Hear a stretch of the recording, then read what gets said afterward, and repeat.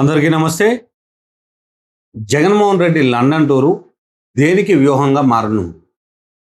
BJP party నుంచి తెగదెంపులు చేసుకుంటున్నారా? మరి అలాంటి పరిస్థితి కానీ ఉంటే మరి జగన్మోహన్ రెడ్డి అరెస్ట్ అవుతాడా? దేనికి కారణాలు? అసలు ఇప్పుడు ఉన్నటువంటి పర్యటన కానీ లేదా వైఎస్ఆర్సీపీ పార్టీకి సంబంధించినటువంటి మాజీ మంత్రి పేరిని నాని మాట్లాడినటువంటి మాటలను చూస్తే ఏమనిపిస్తుంది? ఈ అంశాన్ని ఒకసారి పరిశీలిద్దాం. జగన్మోహన్ రెడ్డి లండన్ టూర్ పూర్తి చేసుకొని ఆంధ్రప్రదేశ్ రాష్ట్రానికి వచ్చారు.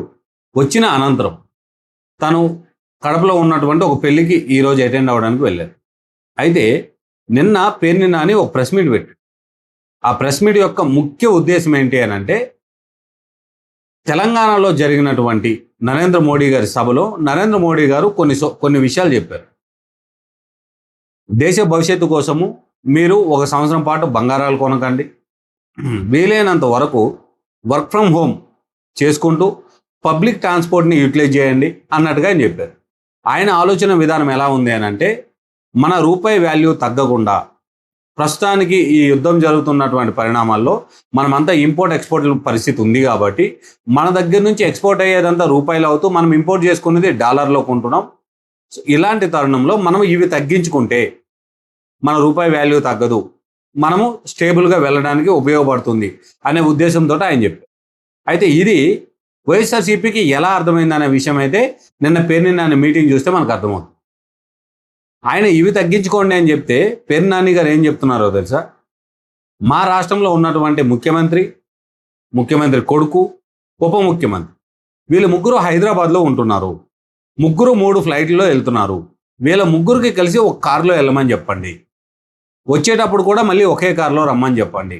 అలానే మీరు కూడా, మోడీ గారు కూడా స్పెషల్ ఫ్లైట్లు మానేసి ఏదైతే డొమెస్టిక్ కానీ లేదా బిజినెస్ క్లాస్లో కానీ ప్రయాణం చేయండి అనే అంశాన్ని ఆయన చెప్పడం జరిగింది.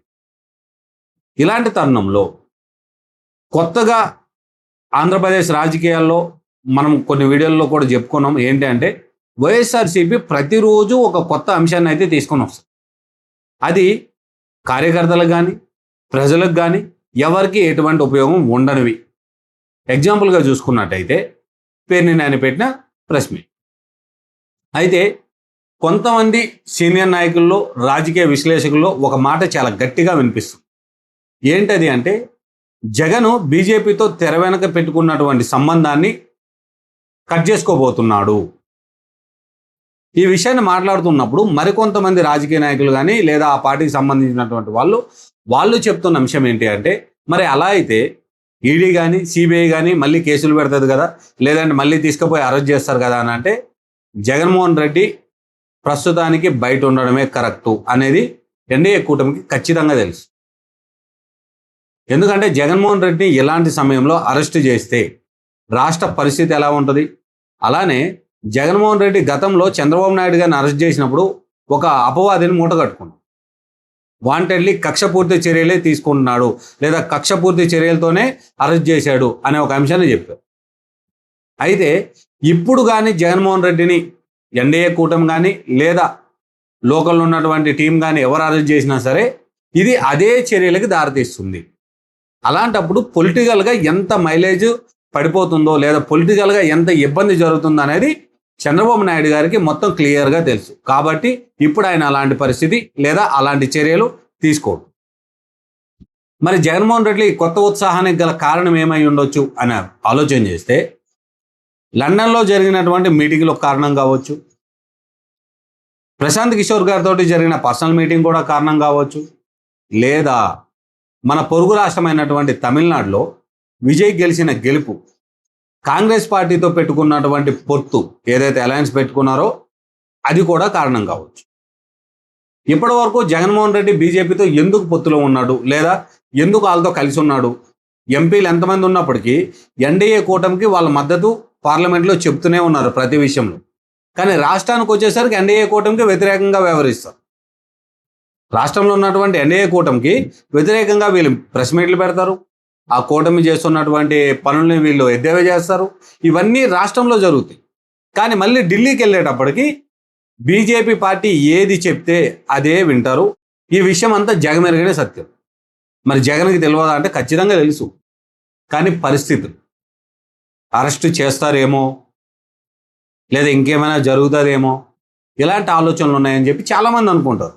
కానీ ఆయన చేస్తున్న ప్లాన్లు ఏంటంటే తన మీద ఉన్నటువంటి కేసుల్ని కొట్టించేసుకోవాలి. ఇలాంటి థాట్లో ఆయన ఉన్నారు. తమిళనాడులో విజయ్ గెలుపుతోటి జగన్కి మరో ఉత్సాహం వచ్చిందని మనం చెప్పుకున్నాం కదా. సో ఎందుకు వచ్చింది అని అంటే కాంగ్రెస్ పార్టీతో పొత్తు పెట్టుకుంటే రానున్న రోజుల్లో, ఎందుకంటే ఇప్పుడు వీళ్ళు ఎన్డీఏ కూటమిలో మరో 15 ఏళ్ళు ఉంటామని చెప్తున్నారు కదా, అలాంటి తరుణంలో కాంగ్రెస్ పార్టీతో పొత్తు పెట్టుకుంటే మనము సస్టైన్ అవ్వడానికి కుదురుతుంది అని చెప్పి ఒక ఆలోచన జగన్ మదిలో, అలానే వైఎస్సీపీలో అంతర్గతంగా ఇలాంటి చర్చలు జరుగుతున్నాయి అనేది ఒక విషయం తెలుస్తుంది. కానీ గతంలో మా జగనన్న వెళ్ళి ఢిల్లీ మెడలు వంచి ప్రత్యేక హోదా తెస్తాడు, లేదా ఢిల్లీ మెడలు వంచిన మగవాడు ఎవరైనా ఉన్నారంటే మా జగనన్నే అని చెప్పుకున్నటువంటి నాయకులు ఇప్పుడు అదే ఢిల్లీ మెడలో గతంలో ఎవరినైతే వంచుతా అన్నారో ఆ వంచుతా అన్నది ఎవరిని? కాంగ్రెస్ పార్టీని. ఇప్పుడు వాళ్ళ దగ్గరికి వెళ్ళి పొత్తు పెట్టుకోవాలి, అలయన్స్ పెట్టుకోవాలి అనే అంశాన్ని ఏ కోణంలో చూడొచ్చు? ఆంధ్ర రాష్ట్రానికి సంబంధించినటువంటి అధ్యక్షురాలుగా, కాంగ్రెస్ పార్టీ అధ్యక్షురాలుగా షర్మిల గారు ఉన్నారు. షర్మిల గారు జగన్మోహన్ రెడ్డి గారి మధ్యలో పచ్చగడ్డేస్తే కూడా బగ్గుమన్న పరిస్థితి. ఇలాంటి తరుణంలో మరి షర్మిల గారితో కలిసి పనిచేయడానికి జగన్మోహన్ రెడ్డి గారు సిద్ధంగా ఉన్నారా అని అంటే ఇప్పుడు ఉన్నటువంటి ఊహాగానాల ప్రకారంగా అయితే ఉండకపోవచ్చు. కాంగ్రెస్తో పొత్తు పెట్టుకుంటారేమో, కానీ షర్మిలాని అధ్యక్షురాల నుంచి తప్పించే ప్రయత్నం కూడా జరుగుతుంది. ఎందుకంటే ఇదంతా విజయ్ ఇచ్చిన ప్రోత్సాహం అని చెప్పి ఒక పక్క మాట్లాడుకుంటే, మరో పక్క ఏంటంటే తన మనుగడ, వైఎస్ఆర్సీపీ మనుగడ చాలా అవసరం.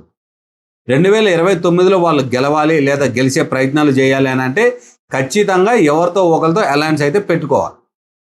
ప్రస్తుత పరిస్థితుల్లో ఆంధ్ర రాష్ట్రంలో ఖాళీగా ఏ పార్టీ లేదు. ఎందుకంటే ఎన్డీఏ కూటమిలో 3 పార్టీలు ఉన్నాయి, ఇంకా లోకల్గా ఏ పార్టీ కూడా లేదు. సో అలాంటప్పుడు లోకల్ పార్టీగా ఉన్నటువంటి జగన్మోహన్ రెడ్డి ఇంకోరితో పొత్తు పెట్టుకోవాలి అనే పరిస్థితి వస్తే కాంగ్రెస్ పార్టీతోనే పొత్తు పెట్టు. అలాంటి ఆలోచనలు కూడా జగన్మోహన్ రెడ్డి చేస్తున్నారు, లేదా వైఎస్ఆర్సీపీ నాయకులు, సీనియర్ నాయకులు కూడా ఇలాంటి డిస్కషన్ చేస్తున్నారు అనేటివి పేర్ని నాని ప్రెస్ మీట్ కానీ చూసినట్టయితే మనకి 99% అది అర్థమవుతుంది. మరి రానున్న రోజుల్లో జగన్మోహన్ రెడ్డి ఇదే తరహాలో వెళ్తాడా? వెళ్ళడానికి ఎంతో కొంత ఆస్కారం ఉన్నప్పటికీ ఆయన వెళ్ళే పరిస్థితి అయితే చాలా తక్కువగా కనిపిస్తూ ఉంది. ఎందుకంటే మళ్ళీ ఇప్పుడు బీజేపీతో ఎలాంటి సంబంధం అయితే ఉందో కాంగ్రెస్ పార్టీతో కూడా ఇట్లా తెరచాటు సంబంధాలే పెట్టుకునే అవకాశం ఉంది తప్ప పబ్లిక్గా వెళ్ళే అవకాశం లేదు అని చెప్పి ఒక వాదన.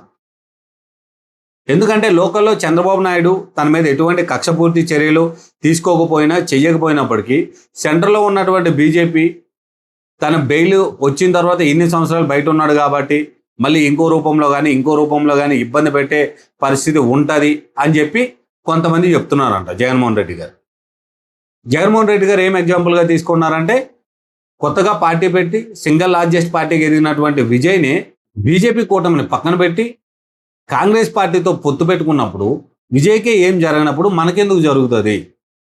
మనం కూడా లార్జెస్ట్ పార్టీగా ఎదగాలి, ఖచ్చితంగా 2029లో మనం అధికారంగా రావాలి, ఇలాంటి ఆలోచనతో జగన్మోహన్ రెడ్డి గారు ఉన్నారు అనే అంశం అయితే తెలుస్తుంది. లేదా జగన్మోహన్ రెడ్డి గారు ఖచ్చితంగా ఈ తెరచాటు బంధాన్ని తెంపుకొని కాంగ్రెస్తో పొత్తు కట్టడానికి అవకాశం ఉందను మీరేమనుకుంటున్నారో కామెంట్ రూపంలో మాకు. Thank you.